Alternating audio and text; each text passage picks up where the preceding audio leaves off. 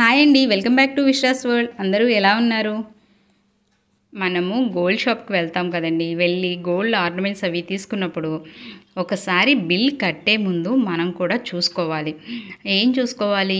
వాళ్ళు మనం తీసుకున్న ఆర్నమెంట్ మీద విఏ అన్నది ఎలా క్యాలిక్యులేట్ చేశారు అన్నది చూసుకోవాలి. అది గ్రాస్ వెయిట్ మీద క్యాలిక్యులేట్ చేశారా లేదా నెట్ వెయిట్ మీద వేశారా విఏ అన్నది చూసుకోవాలి. విఏ అంటే ఏమి కాదండి, వేస్టేజ్ అంటే మనం తీసుకున్న ఆభరణానికి వాళ్ళు చేసి ఇచ్చినందుకు గాను మన దగ్గర వాళ్ళు తీసుకునే బంగారమే.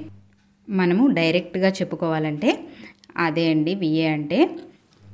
ఒక్కొక్క ఆభరణానికి ఒక్కొక్క పర్సంటేజ్ కూడా వేస్తారు. దాని వర్క్ ఉంటే ఎక్కువ పర్సంటేజ్ కూడా వెళ్తుంది, 20% అలా కూడా ఉంటుంది.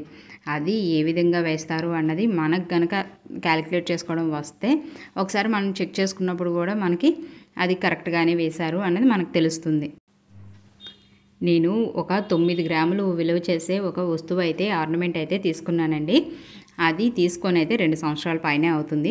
దాని మీద వాళ్ళు విఏ ఎలా వేశారు అన్నది మనం చూద్దాము. నేను తీసుకున్న ఆభరణం ఏదైతే ఉందో దాని వెయిట్ వచ్చేసి 9 గ్రాముల మీద 120 మిల్లీగ్రాములు అయితే ఉంది. అంటే మొత్తం ఆభరణం బరువు అంతా కలిపి అంత ఉంది. దాంట్లో రాళ్ళే కానీ ఎనామిల్లే కానీ లేకపోతే పూసలే కానీ దాని బరువు ఎంత ఉందంటే 280 మిల్లీగ్రాములు అయితే ఉంది. ఆ గ్రాస్ వెయిట్లోంచి ఈ స్టోన్ వెయిట్ అయితే లెస్ అయితే చేసేయాలి. చేసేసిన తర్వాత మనకి నెట్ వెయిట్ అయితే వస్తుంది. ఈ నెట్ వెయిట్ మీద మాత్రమే మనకి విఏ అన్నది వేయాలి. ఆ ఆభరణం నెట్ వెయిట్ ఎంత వచ్చిందండి? మనకి 8 గ్రాముల 840 మిల్లీగ్రాములు అయితే వచ్చింది. నేను తీసుకున్నప్పుడైతే ఆ 1 గ్రాము విలువ ఎంత ఉందంటే 5,770 రూపాయలు అయితే ఉంది. విఏ అయితే 14% అయితే వేశారు. ఇప్పుడు నెట్ వాల్యూ మనకి 8 గ్రాముల 840 ఇంటూ మనకి 1 గ్రామ్ విలువ ఎంత 5,770 అనేది వేసుకుంటే మనకి బంగారం విలువ ఎంత వచ్చిందంటే 51,006 రూపాయలు 80 పైసలు అయితే వచ్చింది. దాని ఇంటూ 14% అంటే దాని మీద 14% వేయాలి. ఆ బంగారం 8 గ్రాముల బంగారం విలువ మీద 14% అయితే మనం క్యాలిక్యులేట్ చేసుకోవాలి. ఆ 51,006 రూపాయలు ఇంటూ 14/100 వేసుకుంటే కనుక మనకి పర్సంటేజ్ చేసుకుంటే 7,140 రూపాయలు 952 పైసలు అయితే వచ్చింది. దాన్ని ఆ వేస్టేజ్ని తీసుకెళ్ళి ఆ బంగారం విలువకి కలుపుతారు. అప్పుడు ఆ బంగారం విలువ కలిపినప్పుడు ఈ వేస్టేజ్ 14% వేస్టేజ్ని మనకి మొత్తం ఎంత వచ్చిందంటే 58,147 రూపాయల 752 పైసలు అయితే వచ్చింది.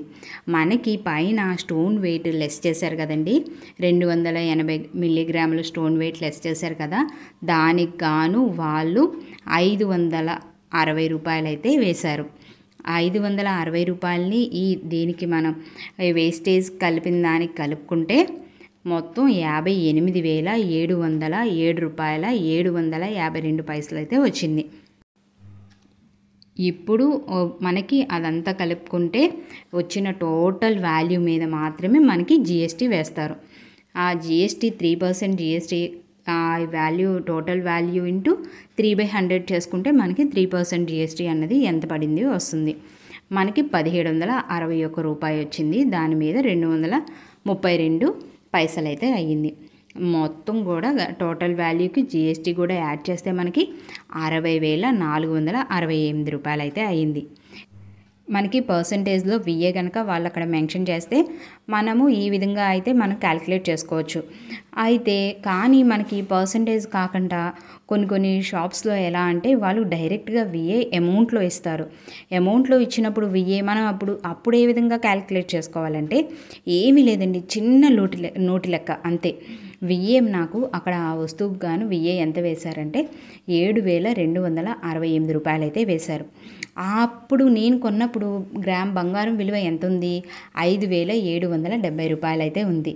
వాళ్ళు వేసిన విఏ బై అమౌంట్ బై ఆ ఉన్న గ్రామ్ రేటు మనం వేసుకుంటే కనుక 1 గ్రాము 259 మిల్లీగ్రాములు అయితే వచ్చింది. అంటే వాళ్ళు మన దగ్గర ఆ వస్తువుగా చేసి ఇచ్చినందుకు గాను మన దగ్గర ఎంత బంగారం తీసుకున్నట్టు, గ్రాము పావు బంగారం వరకు తీసుకున్నట్టు అవుతుంది. మనం కరెక్ట్గా చేసామా లేదా అన్నది మనకి ఈజీగా మనమే వేసుకోవచ్చు. ఆ 1.25 గ్రాము ఇంటూ ఉన్న బంగారం 1 గ్రామ్ బంగారం రేటు వేసుకుంటే మనకే వచ్చేస్తుంది. ఈ విధంగా అయితే విఏని అయితే మనం క్యాలిక్యులేట్ చేసుకోవాలండి. అది అమౌంట్లో ఇచ్చినా సరే, పర్సంటేజ్లో ఇచ్చినా సరే.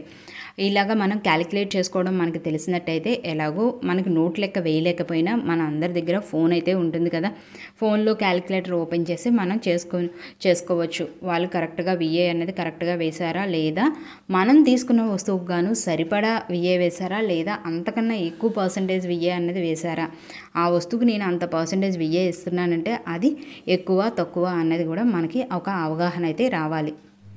విఏ కనుక మనం షాప్కి వెళ్ళి క్యాలిక్యులేట్ చేసుకొని చూసుకోవడం కనుక మనకి అలవాటు అయితే కనుక, మనం తీసుకున్న వస్తువు వేరే షాప్లో కూడా మనం చూసుకొని అందులో ఏమైనా ఒకవేళ విఏ ఒక 1%, 2% ఇందులో కన్నా తగ్గిందనుకో మనం తీసుకోవచ్చు కదా. మనకి రూపాయి కలిసి వచ్చినట్టే కదండి. మనం ఆర్నమెంట్ తీసుకున్నప్పుడు వాళ్ళు మనకి ఎస్టిమేషన్ బిల్ అయితే ఇస్తారు కదండి.